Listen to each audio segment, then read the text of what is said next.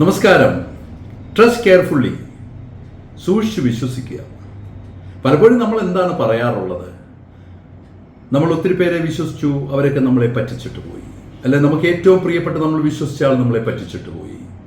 ശരിക്കും നമ്മൾ ഒരാളെ വിശ്വസിച്ചാൽ, അവരെ പഠിച്ച് വിശ്വസിച്ചാൽ, അവരൊരിക്കലും നമ്മളെ പറ്റിക്കില്ല. അങ്ങനെ നമുക്ക് തോന്നുകയാണ്. ജീവിതത്തിൽ പലപ്പോഴും നാം എന്താണ് ചെയ്യുന്നത്? നമ്മൾ ആദ്യം പരിചയപ്പെടുന്ന ഒരാളോട് നമ്മുടെ ജീവിതത്തിലെ എല്ലാ കാര്യങ്ങളും തുറന്നു പറയും, എല്ലാ കാര്യങ്ങളും അവരോട് ഷെയർ ചെയ്യും. നമ്മൾ വിചാരിക്കും അവർ നമ്മളുടെ കൂടെയാണ് എന്ന്. പക്ഷെ നാം അവരെ പഠിക്കാതാണ് ഇതെല്ലാം പറയുന്നത്. അവർ ചിലപ്പോൾ ഒരിക്കലും നമ്മളോട് ആത്മാർത്ഥതയുള്ളവരായിരിക്കില്ല. അതുകൊണ്ട് നിങ്ങൾ ഒരാളുമായി പരിചയപ്പെടുമ്പോൾ, ഒരാളുമായിട്ട് അടുക്കുമ്പോൾ ആദ്യം അവരെ മനസ്സിലാക്കുക. അവരിലൊരു ട്രസ്റ്റ് ഉണ്ടായാൽ മാത്രമേ നിങ്ങൾ നിങ്ങളുടെ കാര്യങ്ങൾ പങ്കുവെക്കാവൂ. ഇല്ലെങ്കിൽ ജീവിതത്തിൽ ഒത്തിരി പരാജയങ്ങൾ വരും, വിഷമങ്ങൾ വരും, പ്രയാസങ്ങൾ വരും.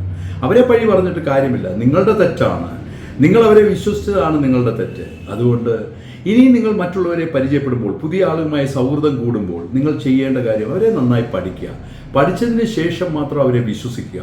കാര്യം വിശ്വാസമാണ് എല്ലാം, അല്ലേ? സൈക്കോളജി തന്നെ പറയുന്നത് ഹ്യൂമൻ റിലേഷൻഷിപ്സിൽ ഏറ്റവും ഇമ്പോർട്ടൻറ്റ് ട്രസ്റ്റ് ആണ്. അപ്പം വിശ്വാസത്തിന് ഒത്തിരി പ്രത്യേകതയുണ്ട്, ഒത്തിരി പ്രാധാന്യമുണ്ട്. അത് വെറുതെ കളയേണ്ടതല്ല.